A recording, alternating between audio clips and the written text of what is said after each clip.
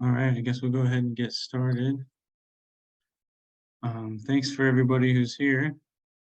This is good to see everybody, and this is good because we've got quite a few people here, but we always record these and we share them afterwards with everyone who's registered, and then we put them up on our YouTube page. So this will be good. This is our second Cherry Academy workshop of the year, based around food insecurity. That's the topic that we're highlighting this year. Tonight we'll be talking about food programs. Our presenters tonight are David DeVries and Maria D'Isabella. David works as the food distribution manager at Community Action Partnership, and Maria works as the senior agency services manager at Central Penn Food Bank. We're gonna do a presentation here at the beginning, first hour or so. We're going to be using the chat function. If you guys want to pull up the chat, it should be right in the middle of your screen at the bottom. We'll be doing some questions there if you want to submit your answers. Feel free to unmute yourself during the presentation and ask any questions. There'll also be lots of time at the end for questions. Yeah, and I'll pass it on to Maria and David. You guys can introduce yourself and your organizations and start the presentation.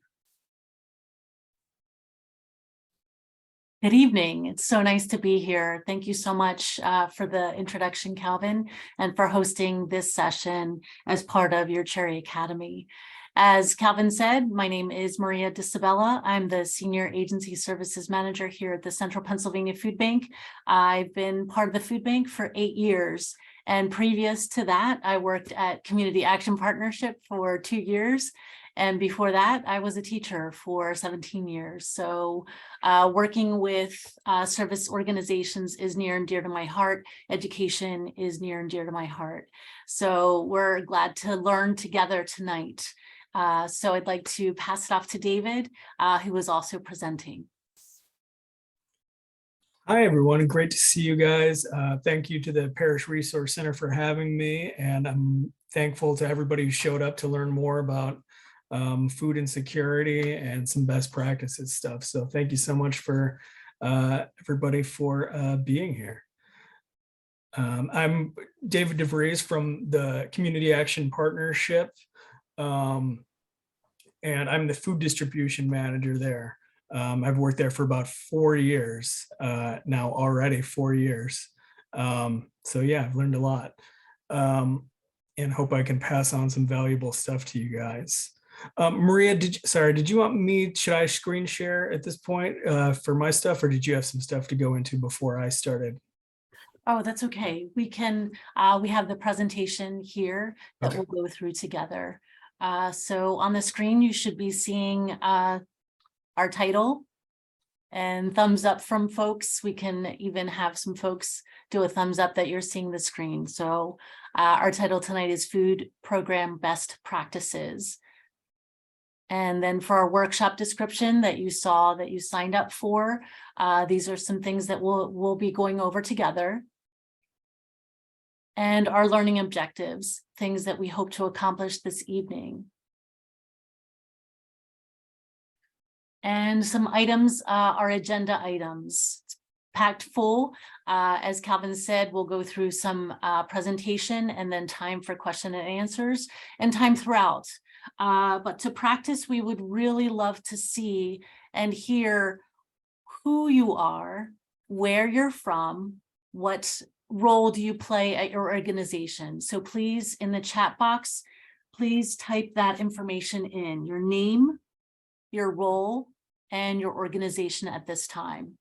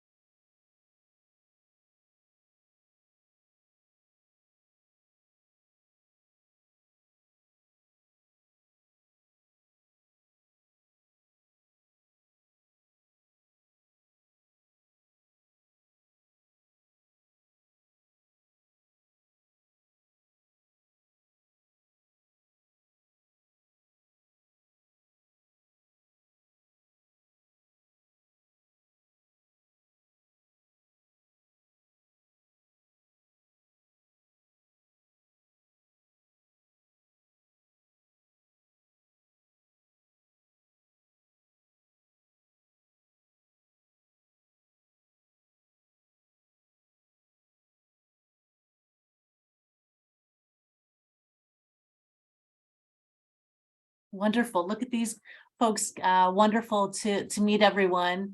Good evening to all these wonderful folks and all the different roles. So we can kind of see some are existing partners already and some are here to learn, and it is active listening. So that's fantastic. Perfect. Wonderful. Well done. Okay, excellent. And David, we'll pass it off to you to get us started, our overview of the Community Action Partnership. Awesome. Well, great. So yeah, I'm not sure what you guys know about Community Action Partnership. We've been around in Lancaster since the 60s. Basically, we're Lancaster County's largest anti-poverty organization. What that means is basically we have a bunch of different programs set to interrupt poverty at any stage of life, interrupt intergenerational poverty. We have, oh yeah, there's a slogan there. You can even skip to the next ones. I'll go over the different programs.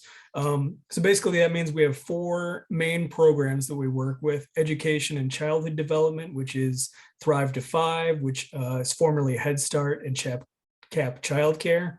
We have household stability, and this includes our Early Learning Resource Center, RISE, which is a coaching program, and utility assistance for people that need it.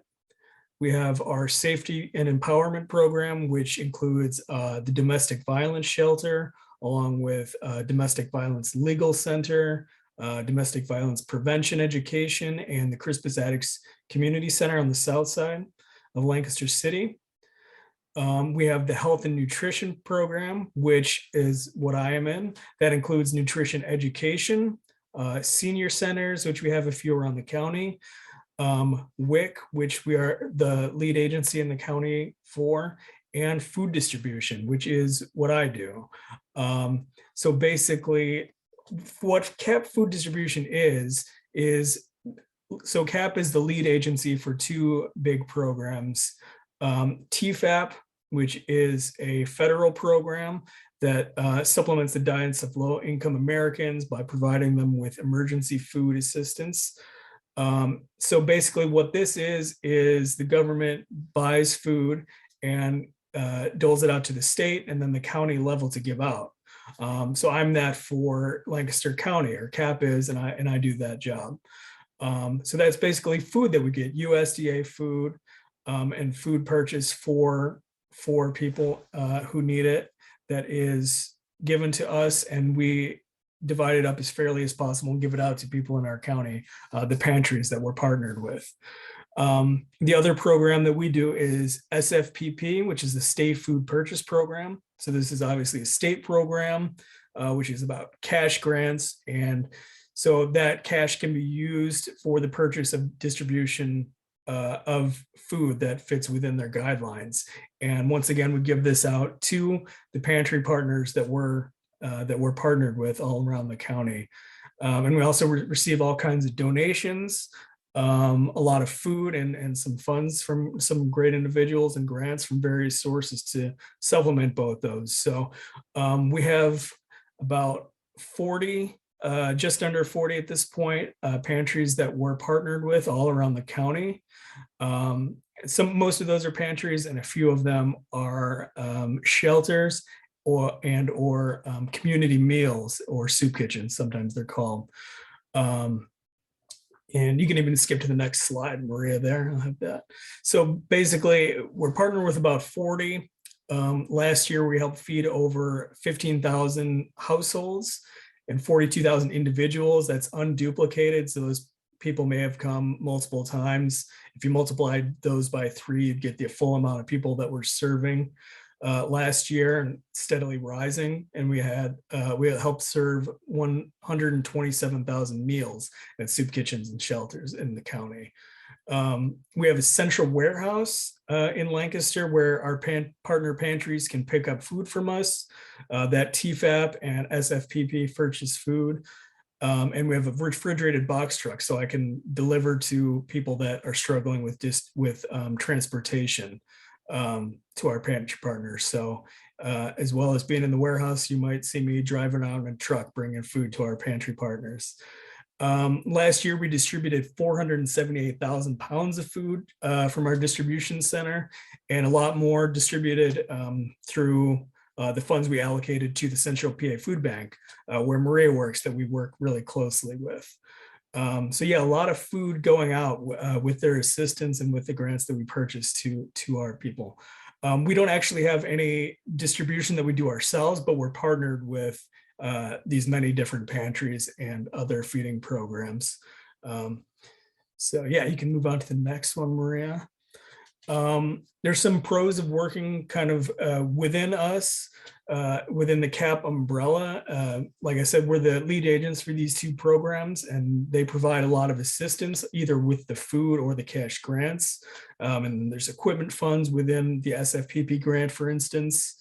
But even beyond that, I would say the biggest pro is just that you're connected to the CAP and the food bank, so you have this greater access to resources beyond just the food assistance, like help with equipment costs and just being connected to these other pantries. So, you know, beyond just that stuff, I often get lots of emails and calls from our pantries with questions, with you know, just a logistical issue that they're struggling with, and we're able to kind of figure out, you know, how to work with them a lot of times.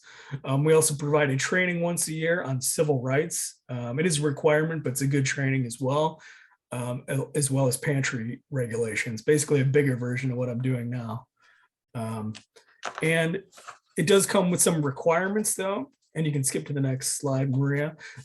So for those pantries that are partnered with us, there is a process of application. We have to make sure it's a good fit because we are using these standards, these USDA and state standards. So if you're partnered with us, you are responsible for maintaining equipment, you know, keeping a safe place to keep your food, keeping a temperature log, keeping, you know, for your freezers, refrigerators, and dry storage, making sure pest control, etc. You'll also be responsible for properly registering food recipients using a self-declaration of income form. This is a form that changes every year. That is a form that has the guidelines for who's eligible to receive food based on their income. And it's currently at 185% of the poverty line. So if you're within that line or lower, you are eligible to receive food. So there is a rule in that regard if you are partnered with us. It also has the requirement of accurately recording and reporting your numbers each month. So you have to make sure you're keeping an excellent count of those people that you're registering, how many people are getting food, and you have to report that by the 5th of the following month to make sure that we have accurate numbers on how many people are getting fed. You have to do that civil rights training once annually, which, you know, it's not too hard. Basically, the rules are, you know, anybody gets served and treat everybody equally. But there's a lot to it. And so you have to make sure you're following those guidelines, even though it is basically common sense. You have to have a ServSafe certification that works for your situation. And you have to get site visits at least once a year by us, and then more by the Department of Agriculture. And also if you're partnered with the food bank, they would visit you as well. Just to make sure, it's one of our requirements, just to make sure that these guidelines are being met. So although, you know, our programs do offer a lot of benefit, there are those rules there. So yeah, that's basically what it means to work with us. It's the reason why we have all these rules is because we are using these two programs. And a lot of these, even if they weren't these regulations, they would still be best practices, which why they are regulations. But that's basically what CAP food distribution is all about. So I'll pass it back to Maria for her section on the Central PA Food Bank. Thanks, David. Thanks so much. So now we're going to talk a little bit about the Central Pennsylvania Food Bank, the overview. Then we'll get into some of the needs assessment best practices that you're here to learn about. So at the Central Pennsylvania Food Bank, our mission is to fight hunger, strengthen communities, and improve lives. And we work with many, many entities. And here is our service territory. We cover 27 counties from the New York border all the way down to the Maryland border. We service an area twice the size of New Jersey, and all those dots represent partner agencies that we work with, whether they're a pantry, a soup kitchen, a shelter, or we'll talk about some other programs that we work with. So the scope and the range is large scale that we work with. So at the Central Pennsylvania Food Bank, we have 2 hubs. The main hub is here in Harrisburg, where I'm at tonight. Our facility is 75,000 square feet to be able to store, receive food, and distribute that food. And our other hub is up in Williamsport that serves out those northern tier agencies, as we call those northern tier counties. So up in Williamsport, it's a mini us, about 30,000 square feet. We are, as I mentioned, a regional food bank, and we are an affiliate member of Feeding America, and you may have seen that, that's the national company. And we're a member of Feeding Pennsylvania. Within the state, there are other regional food banks that cover different counties, and they service those agencies very, very well. So here's who we are. We're a nonprofit, we're a public charity. We do accept government food here and lots of donations from different sources that I'll talk about in a minute. We began in 1982 in an old movie theater in Steelton. And here's a story, little did I know when I was a student at Lancaster Catholic High School in Lancaster. We went to this dingy old warehouse and we were sorting through dented cans. And it happened to be the South Central Pennsylvania Food Bank, which is now known as Central Pennsylvania Food Bank. And fast forward, working here now, that I remember being at that old facility and wondering, why in the world are people who would want to eat these dented cans, and why would anyone want to donate and give that food out? We've changed, things have changed dramatically over that time, where it isn't those dented cans. It is more of those fresh items that we are able to help and distribute out, though we do have non-perishables as well. So back in 1982 is how we started. We moved to this wonderful facility where we're at now in 1994. We renovated in 2012. We expanded and we also made some improvements to not only this facility, but also in Williamsport. So you can see other little facts about us. And we are very proud that every dollar that is donated, 98 cents out of that dollar goes towards mission work. And we are very proud of that fact. And our donors are as well. So again, as we mentioned, food is coming in. We're a food bank. Food is here, stored and received, collected those donations from farmers, from retailers, from wholesalers, from government entities. About 25% of the food received here is government food. The rest is donations. And we also need to purchase food. So we receive it here in our warehouse. We have a sorting of that food. And we package that food in another facility off-site, in another warehouse. We package that food for different boxes, different programs that I'll share very soon. So once that's all sorted and organized, then we distribute to our partner agencies, that network, 1,200 partners across that service territory. We distribute to them, and then they are the boots on the ground. They are giving that food out to the neighbors in need. So it's a beautiful cycle and lots of happening, as you can imagine, lots of behind the scenes work to make that all flow smoothly.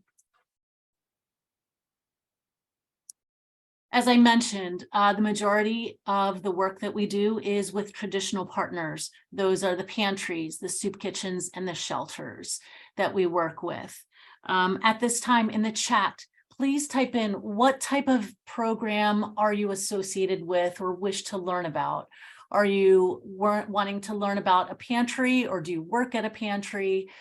Soup kitchen, shelter, community meal. So let's use that chat box again to describe, or maybe you like to say other as well. Pantry, soup kitchen, shelter, community meal, and other. Just to kind of get an idea of where our participants are from. You mentioned your church and your role.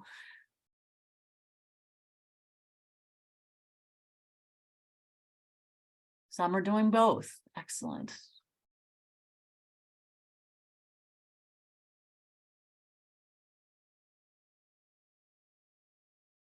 Awesome.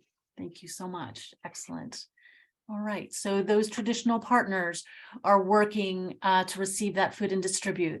Here at the Central Pennsylvania Food Bank, we also have these other programs, youth programs. We have a backpack program.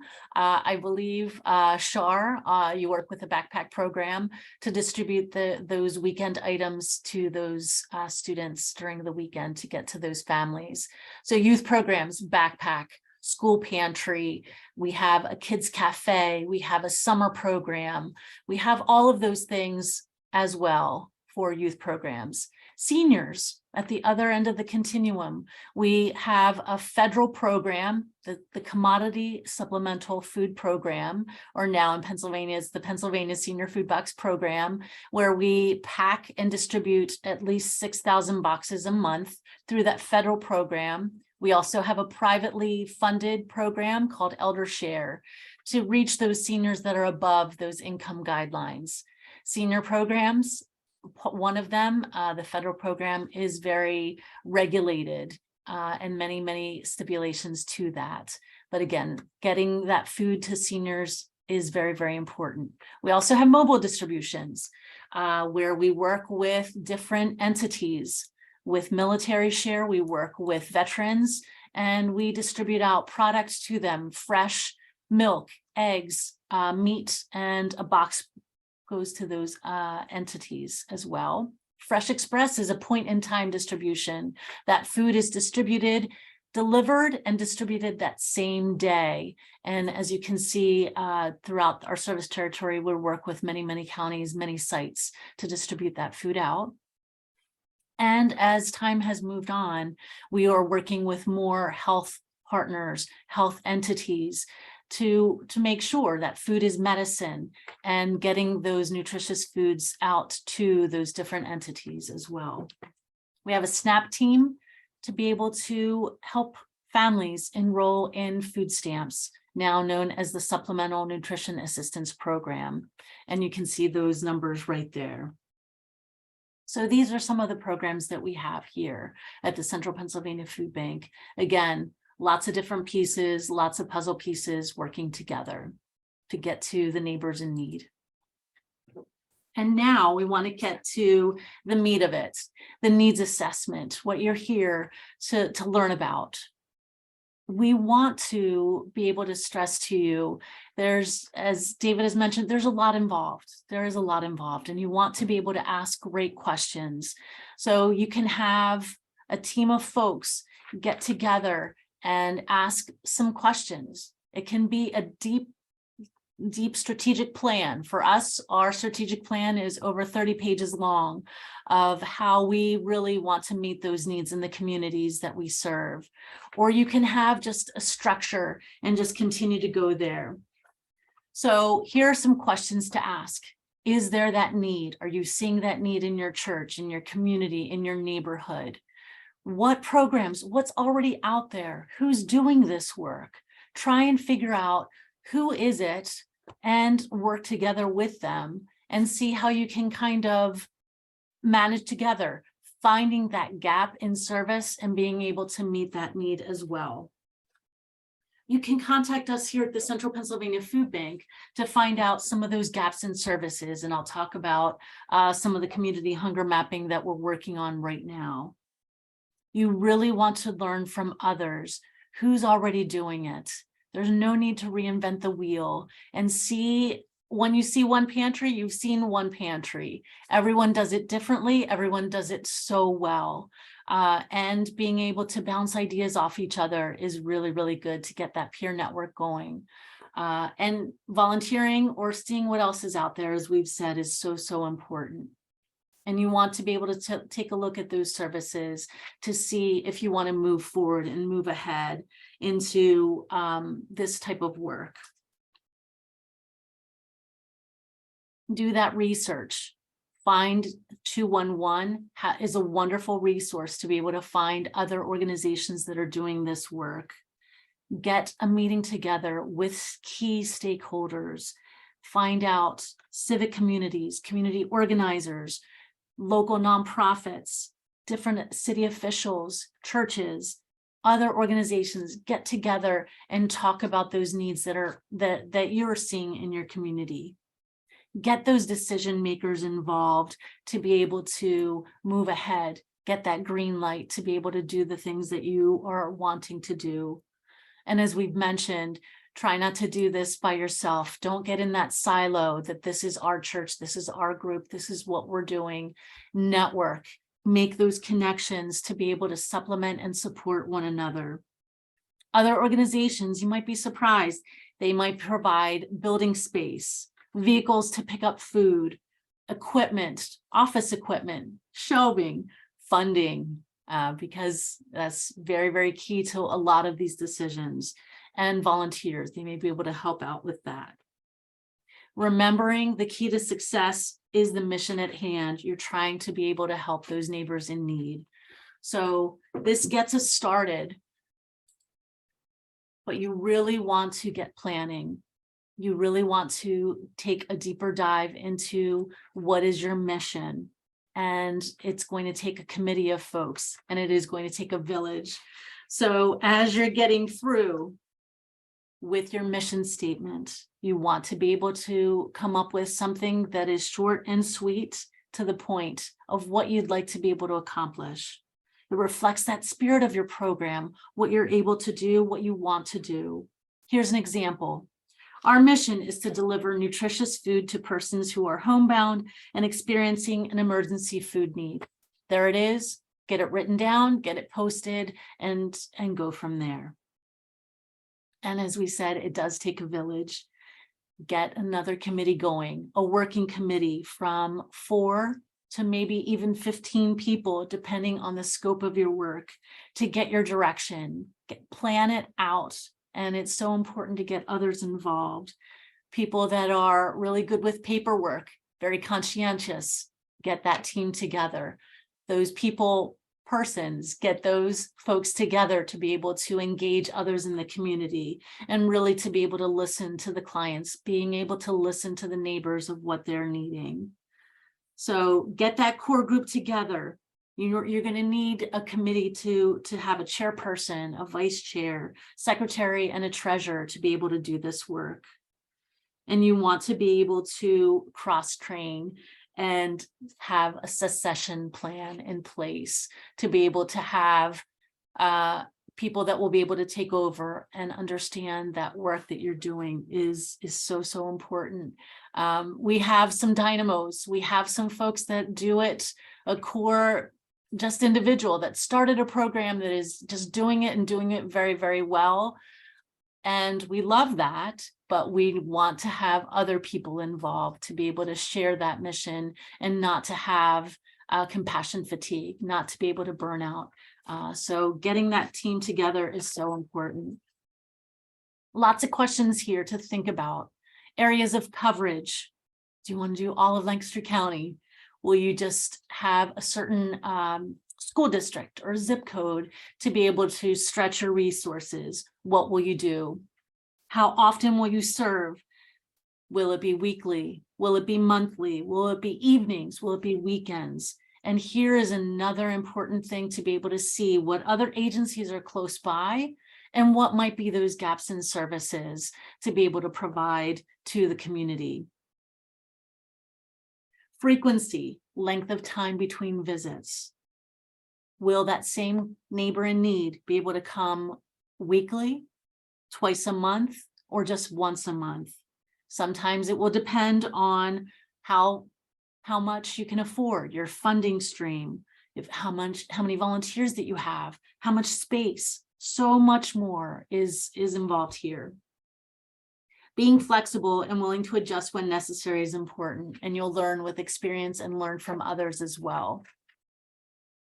Location, location, location. Available space. We've seen so many agencies during my time here at the food bank. And as I mentioned before, you've seen one agency, you've seen just one agency. Some agencies have done a brilliant job with a small closet and being able to serve those neighbors. Some have a whole warehouse, a whole facility that they are able to do and serve those neighbors. Think about many places are in church basements. Think about that for accessibility. Think about that for getting food down and for neighbors to be able to get food out. So you'll want to be able to come up with accommodations and being able to meet the neighbors where they're at with the languages that are spoken. In Lancaster, we know that Church World Service, there are many refugees. Being able to speak with a neighbor in need to be able to communicate is critical. So we are here at the Central Pennsylvania Food Bank, we have a language line available to be able to help with interpreters, Google Translate. Lots of services are available to be able to meet that need. Moving on, you need food. Where will you source food? Will you source it from the Central Pennsylvania Food Bank? Will you work in conjunction with the Community Action Partnership, with retailers, with food drives? What will you do? Funding. Food is not free. We have some options here at the food bank, of course, but at the same time, you want to make those investments into fresh produce, into meat options, into healthy items for your families. And you really want to be able to have a variety of food and culturally sensitive foods to be able to meet what the families wish to have and to be able to consume. And a lot of that can be asked with a client survey or just talking to neighbors in need and seeing what they are wanting to see at your pantry. You'll need to look at a distribution method. And I know David will get into that a little bit more. Will you have pre-packed? Will you have client choice? What will you do? Again, there's so many different models and they all work really, really well. Policies and procedures. I know it gets a little bit detailed here, but at the same time, what will you be serving? How will you be serving? Will you have just walk-ins? Will you have appointments? How will you serve those neighbors? And keeping in mind what you do for one, you'll do for all. As civil rights, as anything that you'll be able to do, you'll want to do for everyone. Anything that you change, you'll need to make that change for everyone.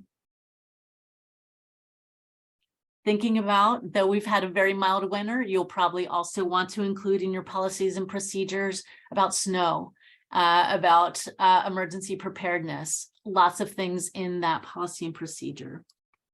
Record keeping, we'll get into as well. What will you need to do and how to ask clients? Simple as best. Dignity of those that are waiting in line. There are some things that you'll need to capture, but how will you capture that?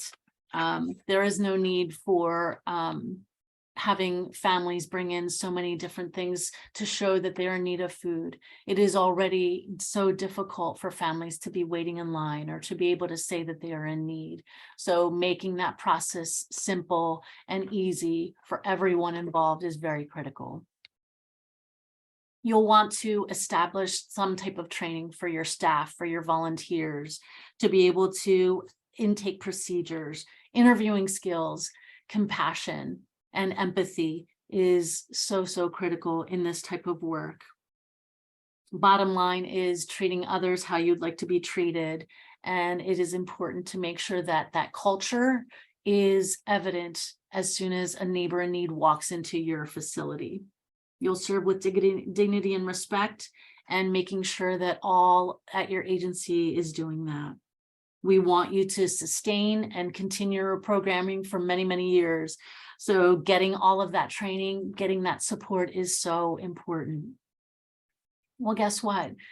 Food is critical and it is a basic need, but will you do more than food? Will you provide referrals, or will you help with SNAP applications or WIC applications, or getting support for housing or anything like that? So planning and deciding all of these things will get you started, will get you going.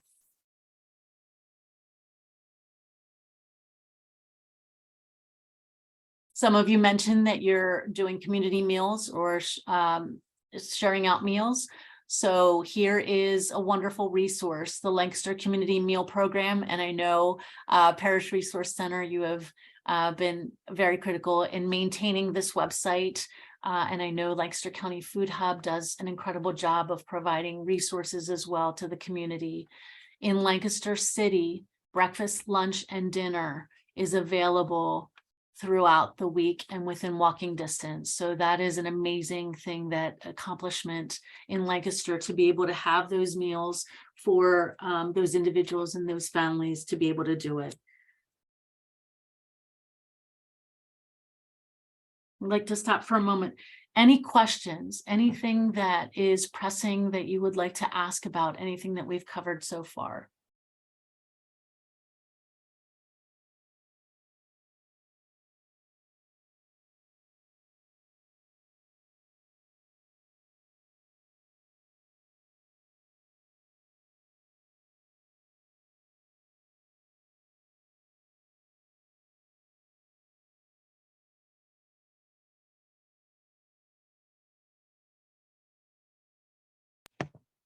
Maria, will you be sending a list of all the community meals with our info that we receive after the program tonight?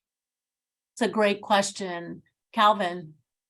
Yeah, we can absolutely send that out. We can send the link to the website, and I can send a list of Thank you. all the meals. Perfect. Catching up on all these great things in the chat. Wonderful. All right. I'm going to move ahead to some of the documentation that you would like to have at your agency. And this, in the PowerPoint presentation, it links right to the resource. Fabulous. So then you can see on different days of the week what is available. Perfect. All right. Documentation. These are some samples that you can have and to be able to collect. And again, this is for pantry information. At the basic level, you'll need to be able to gather the household name, the number of adults, children, and seniors. And we use the fiscal year. July is our new year, and everyone is considered new in July to kind of make that slate as an even slate. So in July, everyone is considered new, and then multiple months afterwards, if someone would come in June of a year, and if they would come again in August, they will be new in August. So all of those things we'll get into, but that helps us track different individuals throughout the year.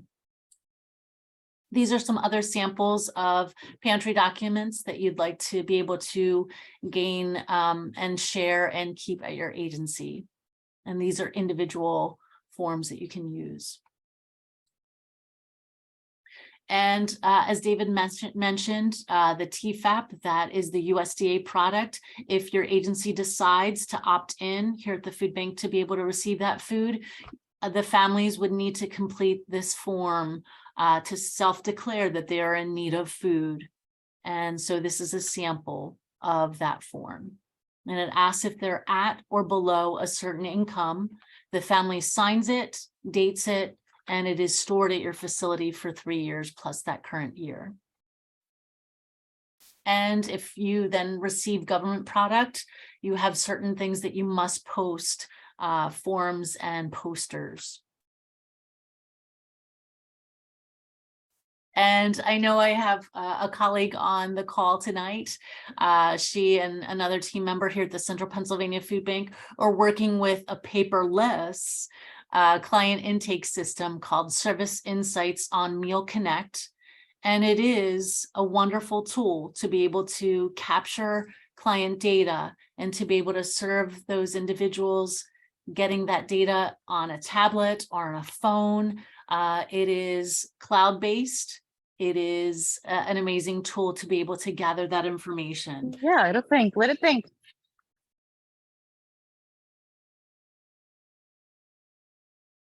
Sorry, go ahead, Ashley. Oh, sorry, I didn't have anything to add. That was my child who hit my phone. Okay, that's okay. Ashley Lucas helps with the Service Insights on Meal Connect and helping at launches, supporting partners to be able to do it and do it well, providing tablets as part of that intake process. And here's a sample of a report that you can run as using Service Insights on Meal Connect. It does it in a few seconds to be able to take your monthly information of how many households and the breakdown of children, adults, and seniors. So it's a really nice program, getting rid of all the paper, which for some is difficult to do. But at the same time, all that information is in there. And also being able to capture, if you decide to do government food, that self-declaration of need form is included within Service Insights as well. So it is asking that question, and then the family is able to sign off on that. And it's all recorded and captured. All right, lots of paperwork, right? But you want to be able to minimize it. You want to be able to streamline it. You want to make it as simple as possible for your families and for your volunteers. So moving on, as we mentioned, that needs assessment, trying to find those gaps in services. Here at the Central Pennsylvania Food Bank, we have a team, a policy and research team that is doing incredible work in Lancaster County with hunger mapping. And they are doing a comprehensive study to find food insecurity. Where are those gaps in services? And you can see this work, the darker the color across the county, the higher food insecurity rates. And those needs are greater in those pockets right now. And they've come up with a framework and a timeline to be able to conduct the study, get data involved, and to be able to work with our partners here at the Central Pennsylvania Food Bank, with Community Action Partnership and those other community entities, to be able to find and to be able to answer these questions listed on this slide.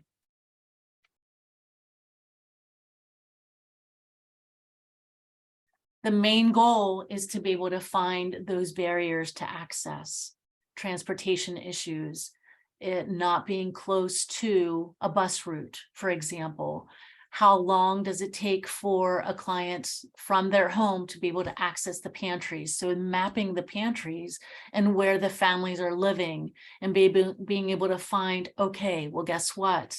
In Southern Lancaster County, we have not many partners down there. There's not a lot going on. So maybe it is that support happening in Southern Lancaster County. And along Route 30 and 222, you can kind of see that corridor of what is happening in that area, and being able to support, do we need to have a mobile distribution? Do we need to be able to see if there's a pantry already in existence, and making that work for those gaps in services? And they are taking a look at census tract data.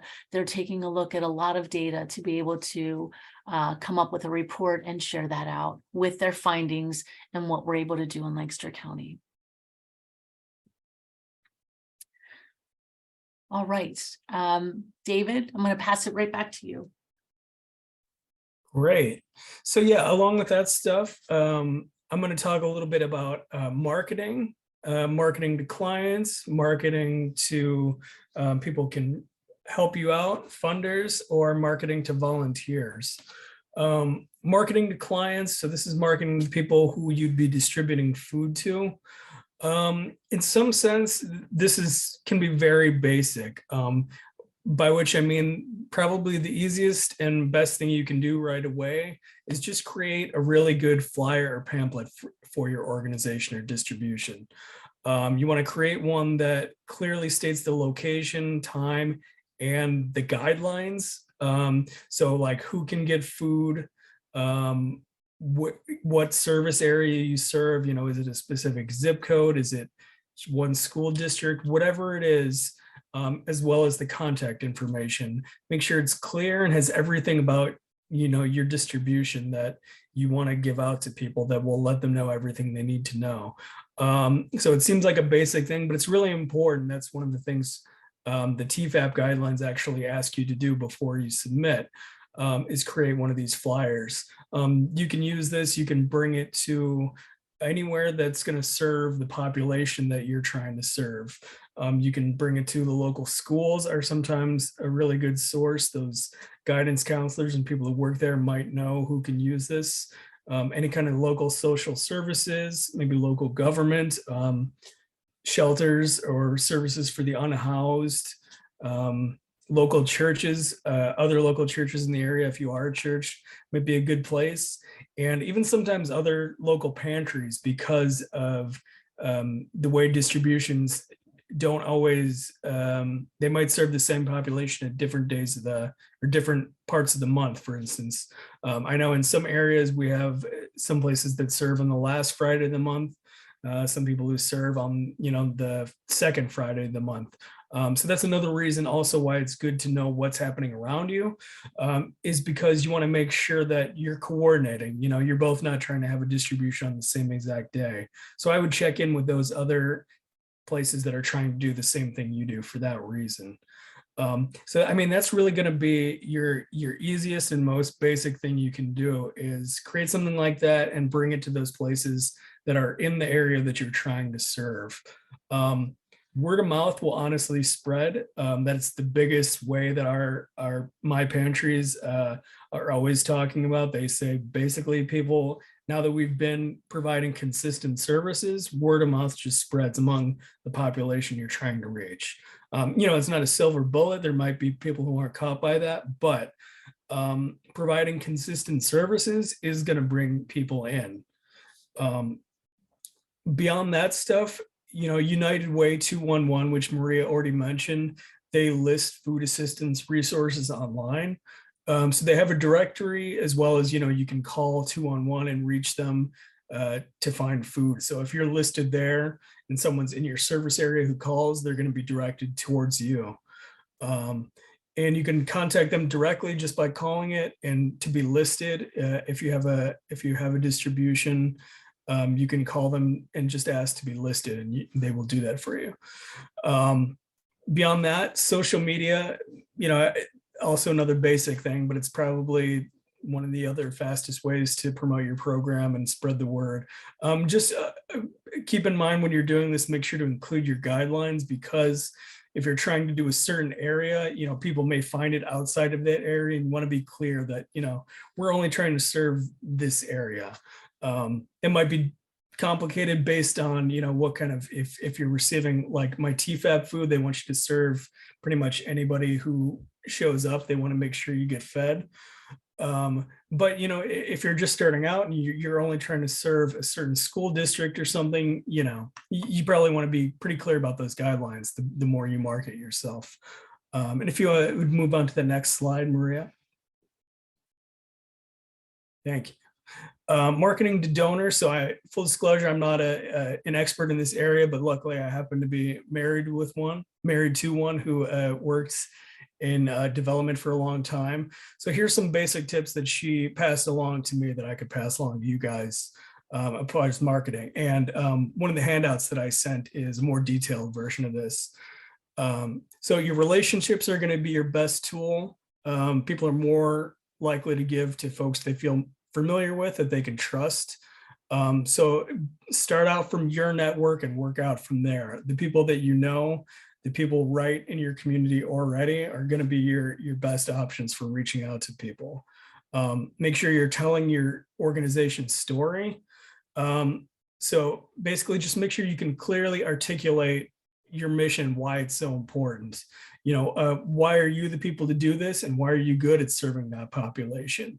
If it's, we have this backpack program that we've done to serve this population, and we know this population, make sure you're telling that story.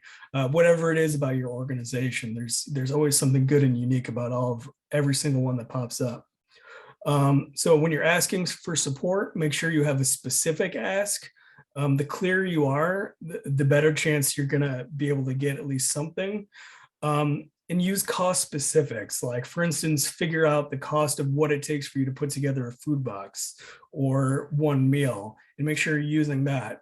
So you can say, we serve 30 people a week, our food boxes cost $20 or what it is. So you have that number ready, and you can say, here's how you could make a difference right off the bat. So the more specific, the better. And she also talks about the importance of stewardship, which is basically just keeping up those relationships with people who are bringing. Make sure that you're thanking people, make sure you're telling them how their donation or their contribution has actually furthered your program and affected people and been able to feed people. Make sure you're going back to them and thanking them and letting them know how they helped. So yeah, those are my things that I can pass on to you guys. And you can go to that next one, Maria. As far as marketing to volunteers, sorry to go back to it again, but your best base of support is going to be the people you already know and within your organizations that are already there, right, within your community. So if you're a church, obviously you want to, maybe the congregation would be a great support, but you're going to want to start with those relationships, because you're going to want to build a good team that's solid. Maria talked about this a little bit when she was talking about what to think of, but you're going to want somebody maybe who's got reliable transportation, to pick up the food. You're going to want somebody who's good with numbers, good with organization, maybe to keep track of all that paperwork. And you're going to want, people who can stock shelves, maybe or pack bags, whatever it is. People who can provide consistent support to you and really be a team to you. You're probably not going to find that easily outside of people at first. That may come later, but you're going to want to start with your base of support and make sure you have that before trying to branch out. Once you do have like that base of support, once again, United Way, they do have a network of people who can help you find volunteers. People can sign up to get involved and be hooked up with your pantry. So you can also list yourself as somebody who has an ongoing need. I've helped some of my pantries do that in the past when they were struggling.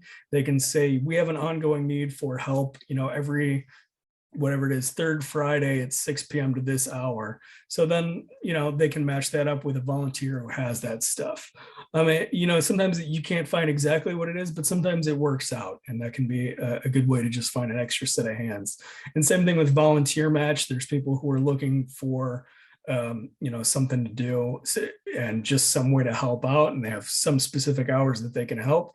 Maybe it can't be that involved, but you can mash people up that way. So I would recommend those two organizations once you've built your team. And all right, and next I'm going to talk a little bit about food safety here. So food safety is obviously super important to anybody who's working with food, anybody who's going to be giving out food. You have to be very careful about what you're doing. The people who are getting food are very vulnerable, and you have to make sure that you're taking all the precautions necessary to make sure that you're doing what you can to keep them safe. It is like extra added work. You're already helping people, but the last thing you want is to anybody get sick when you are trying to help them. Obviously, that's something nobody would want. So it's very, very important. I would say the most important thing before anything else, you want to check with your local municipality, like local government, basically to see what their regulations are. You don't know how they're going to classify you based on how you're giving out food. So you just want to make sure before you start anything, you want to make sure that you're following the rules. And, if they have any guidelines about, do they need to review your organization? Do they need to check in with you? Is there anything you need to know? So just to be safe and cover your bases, make sure you're following what they do. I can offer tips. Obviously, I have my set of rules that I need to follow, but you want to make sure you're doing that. And I have a couple golden rules that I tell people to follow in terms of food safety. The first one is better safe than sorry. Seems like common sense, but it comes up a lot. If you have any doubts about something being fresh or safe, you just want to err out on the side of caution and throw it out. It just comes up, and it's sad. Like I'm thinking of, like, there was an instance last summer when I had, like, one of my freezers went down at a time. I had some meat in there, and I was pretty sure it was safe, but when I looked up the temperatures and how long it was in the danger zone, I checked it. You know what?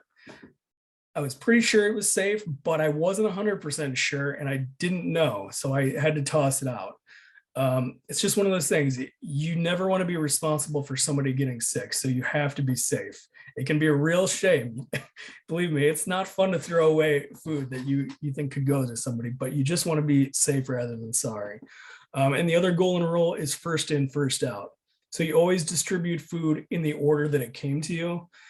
And this is just to make sure that, nothing's staying any longer than it has to. If something comes into you, you want to have a system in place for your pantry where whatever's the oldest there is getting out to somebody before anything that comes in afterwards. Sometimes that's just as simple as marking a date on it, or marking, the shelves with a date where things go. But you just want to make sure people are getting the freshest and safest food possible. So first in, first out rule. And you can skip to that next one, Maria. As far as food safety dates, this is a question a lot of people have about food. And it's kind of complicated because, first of all, stuff on this page comes from the USDA. And I'm going to read this quote. Manufacturers provide dating to help customers and retailers decide when food is of best quality. Except for infant formula, dates are not an indicator of the product's safety and are not required by federal law. And it has a description of all the different dates. What you'll notice with all those dates is that they are not a safety date, they're a quality date, which can be confusing, right? We're all kind of taught to think that if something's at that date, then it's unsafe to eat. It's not actually true. As far as the USDA is concerned, stuff is actually probably safe well beyond that date. The biggest thing you want to be careful of is, like I said, better safe than sorry. So if there's any indication of damage, toss it out. If there's a dent in the can, any sign of rust. But technically, if things are at that date or afterwards, they're probably okay to eat as long as there's no indication of any kind of damage or anything like that. And as always, like any kind of odor, anything like that is going to be something you just don't want to take any chances with. So toss it out.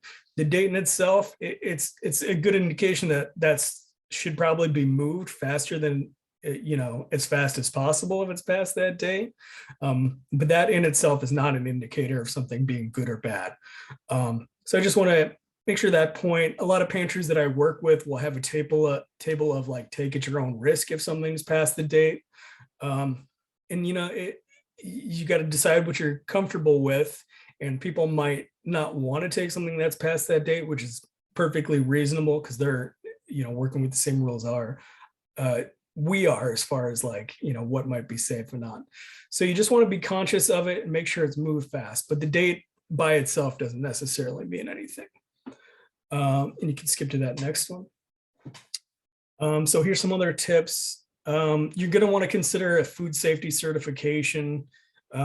Like Maria said, these are required for basically partnering with her or me, but it's probably a good thing to think about anyway.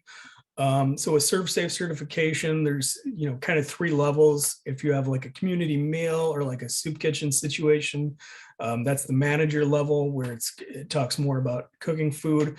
There's if you're a pantry, there's the food handler certification, or if you're like a shelter, it can be either of them. But you just want to make sure, because they have extensive guidelines and extensive direction on how to keep food safe while being handled. So, better safe than sorry. Like I said, you want to make sure that anybody who's handling food has proper training.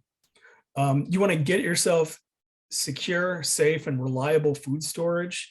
Secure, so it should be lockable, so nobody can tamper with it or steal it or anything like that. Because hopefully that would never happen, but you never know. So you just want to make sure that it's something that nobody else could get you besides the people that you trust to work with your food. It should be reliable, make sure it's being serviced. Like I said, I had a freezer go down. It happens with equipment, so just make sure it's reliable and serviced, as often as it needs to be. And safe. So if you're storing food, make sure it's stored safely, like away from chemicals. It's not stored on the floor. It's, up off the floor on shelves. We require like people to have shelves that are covered if they're wood.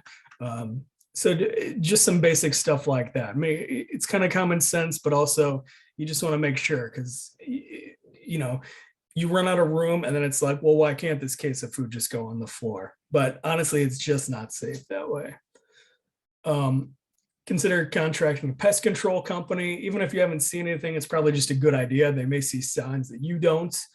And last thing, only take food from trusted sources. So, nothing in a jar without a label, but anything like that. You want to make sure you know where it's coming from and that there's some accountability behind it if you're taking any kind of food. And you can go to that next one. Oh yeah, this is a great slide that Maria had. It's kind of talking about the different models of pantry as far as like choice.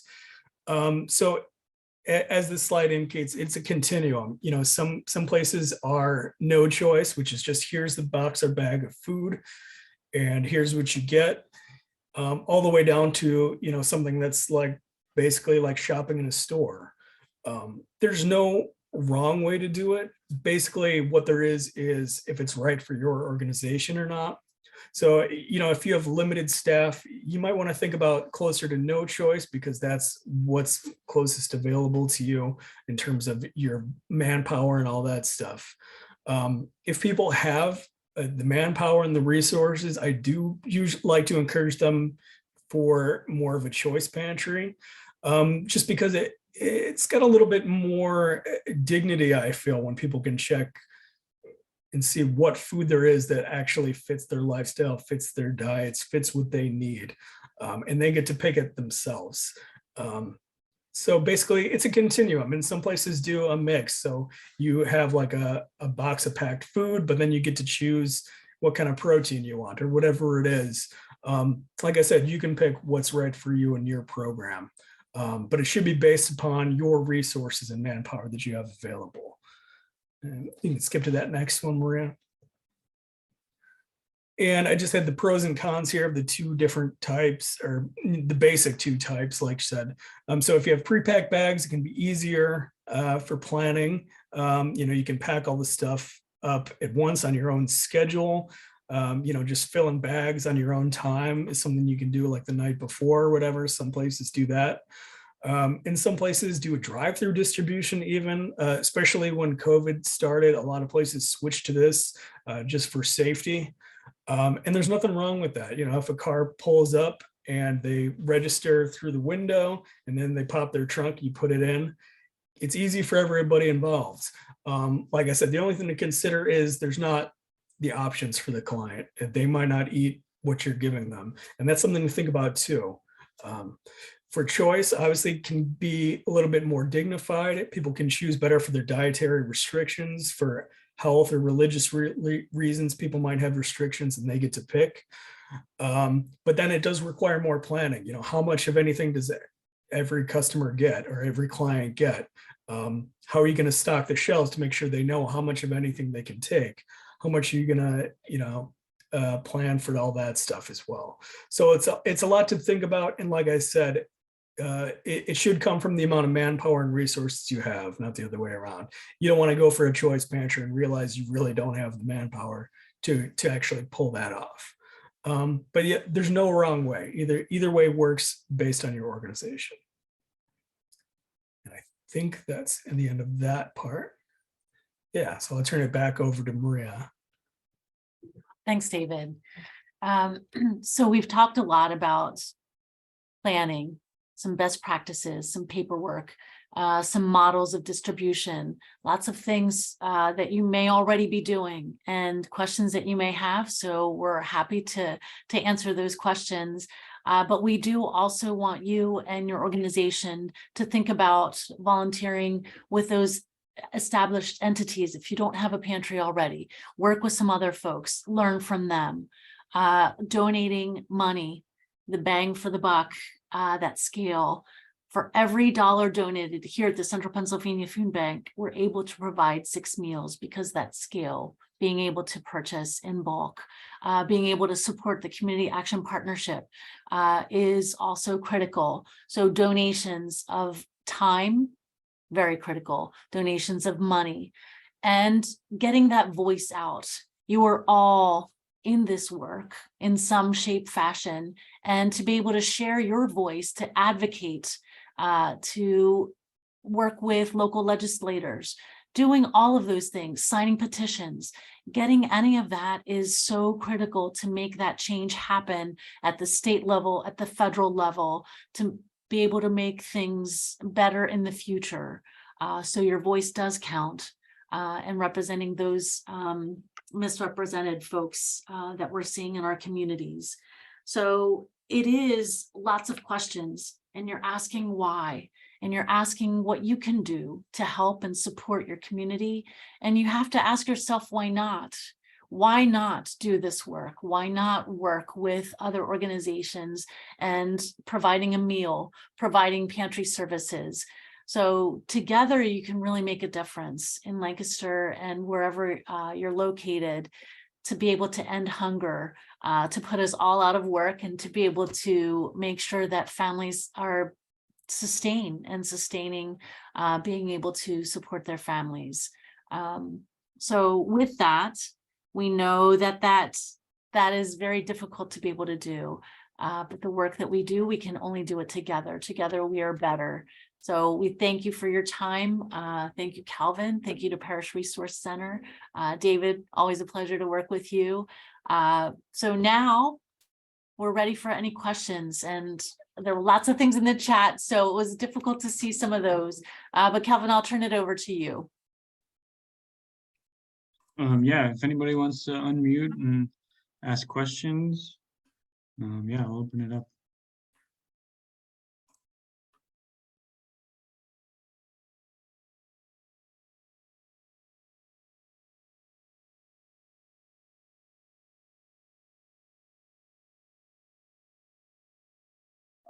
I had a question. If as people start programs and look around and look for sources of food,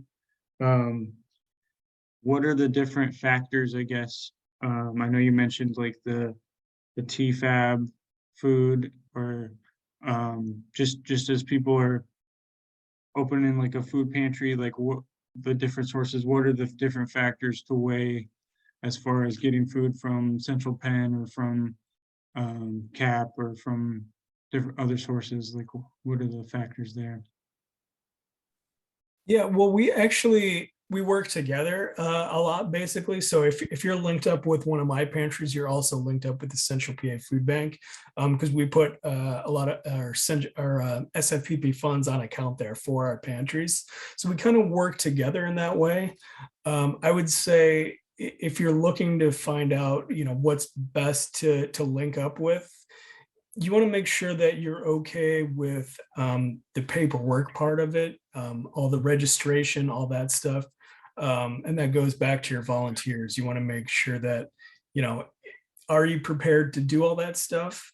So for some of our organizations, it's probably not that much of a challenge because they have a larger staff. They have maybe people already dedicated.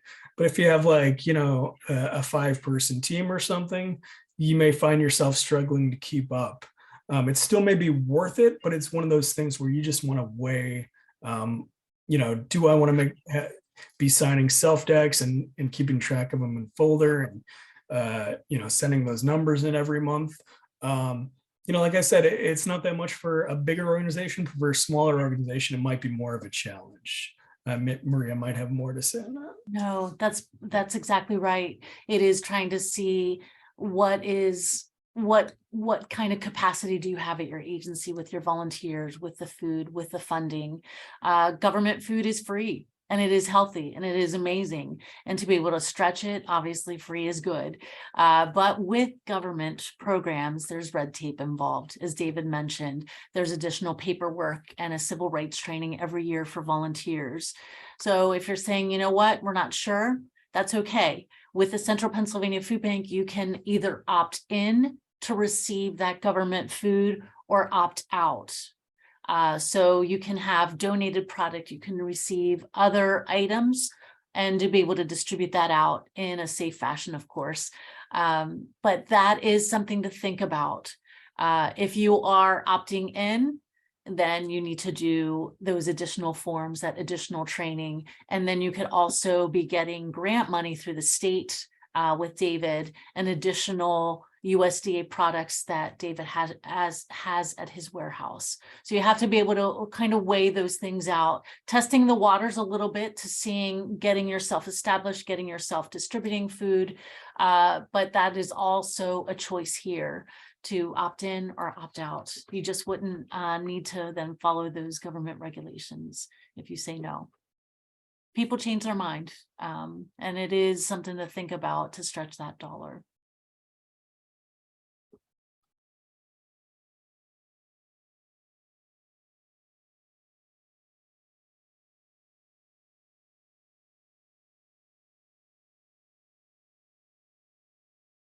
I want to hear from some of the folks on the call of how they're doing, what they're doing, and if they, what are they seeing at their agencies?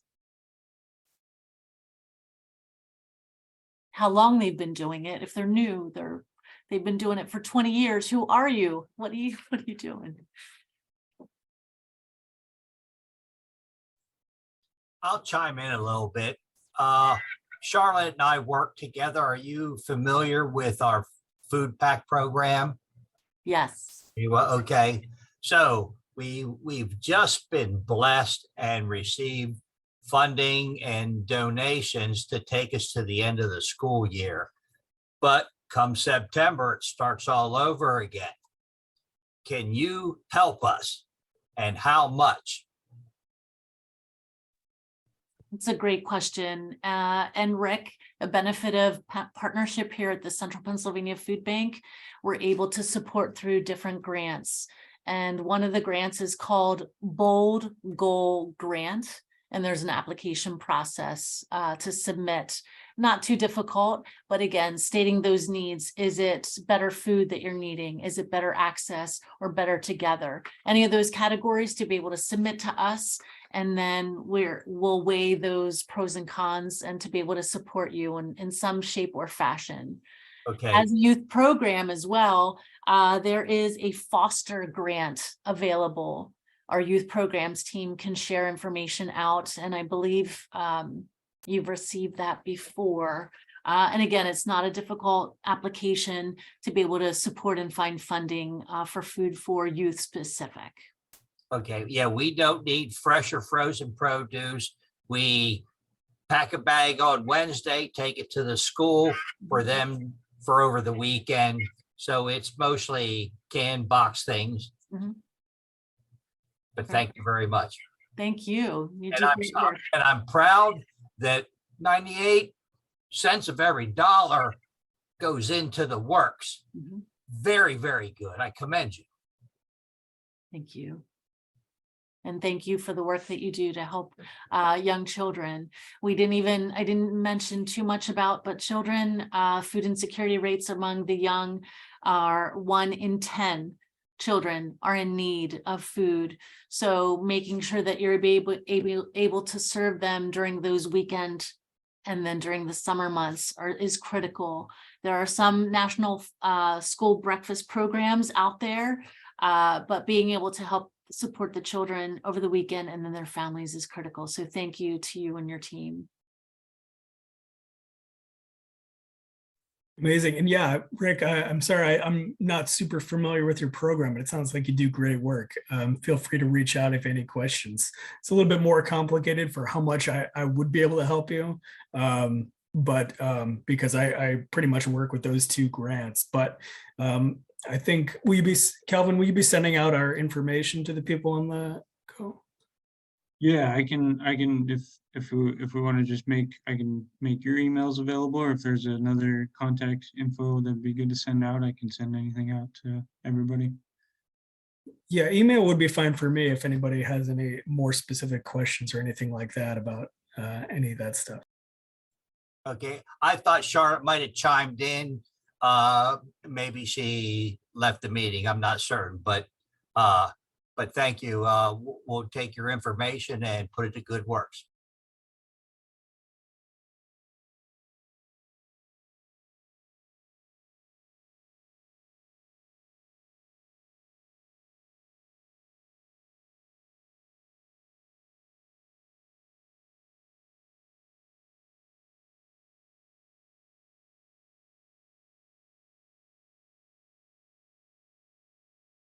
Any other questions?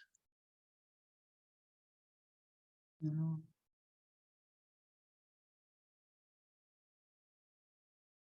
I was gonna ask one, if for people who are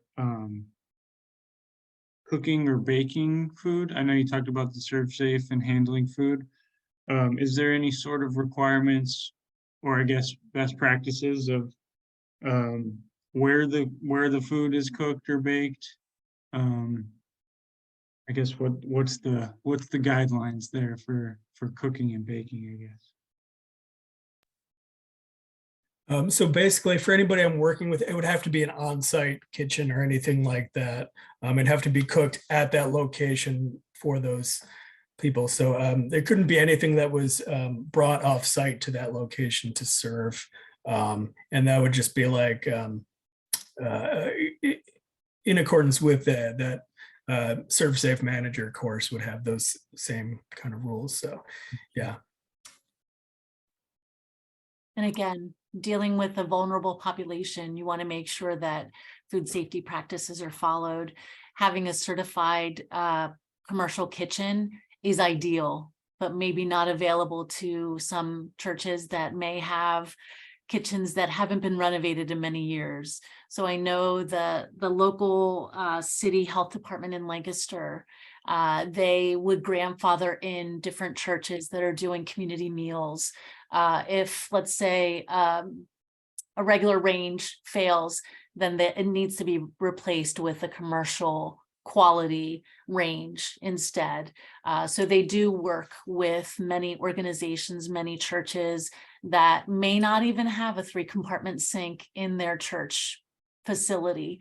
So those things can be worked out, and we always refer those partners, those entities to check with those local regulations to make sure that everything is in place. But long gone are the days of being able to bring in crock pots and things from home to be able to share out.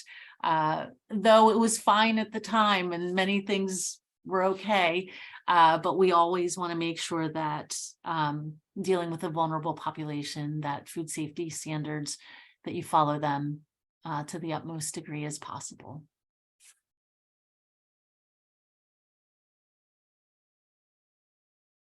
Anyone on the call doing a community meal, part of a community meal that they serve?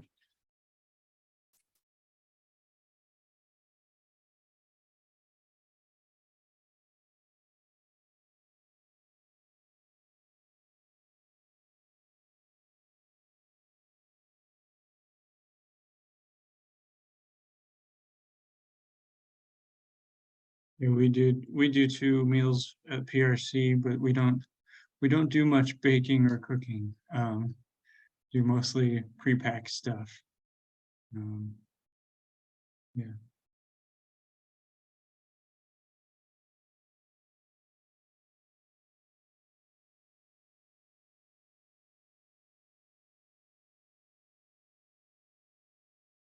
I'd love to hear more about the participants, where they are and what they do.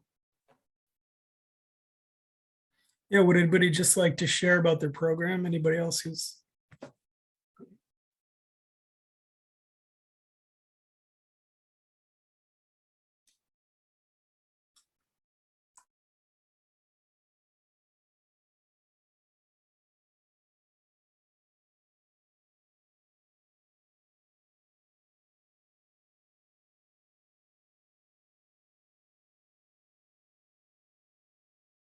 All right, I guess we'll wrap it up then.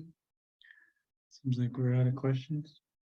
I know we mentioned sending out contact info for both of you. And then I was going to send out information for the community meals. Was there anything else that would be helpful for anyone to send out? Any info? I'm gonna send out the slides that we went through. And I already sent out all the handouts.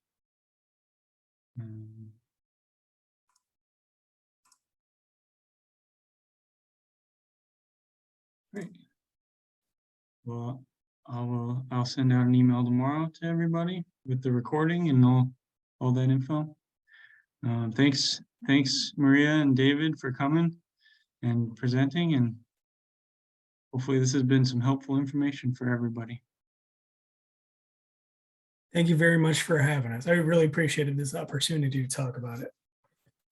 Thank you so much. It was wonderful. Thank you to Calvin Parish Resource Center, all the participants, those that joined us live, and those that will be listening to the recording. This is great. Again, many hands working together, better together is important in helping to solve hunger in Lancaster County. So thank you, everyone. It was a great opportunity. All right. Thanks. Have a good night, everyone.